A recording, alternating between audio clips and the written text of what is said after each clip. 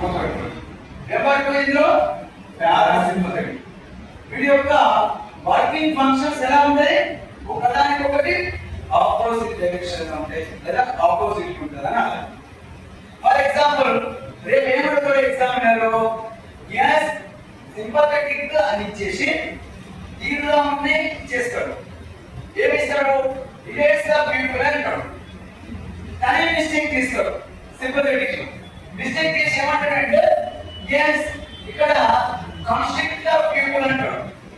Construct the people అన్నప్పుడు identify mistake అంటే mistake అయితే కదా. ఇక్కడ ఏమున్నాయి? రిలేట్స్ ద పీపుల్ అంటే కన్ఫర్మ్ అనేది బాగా ఓపెన్ కావాలి.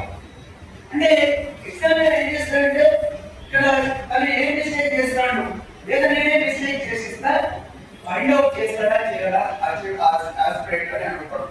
రైట్. నెక్స్ట్ ఇక్కడ చూడండి, ఇరిబిట్స్ ఫ్రమ్ సలైవా.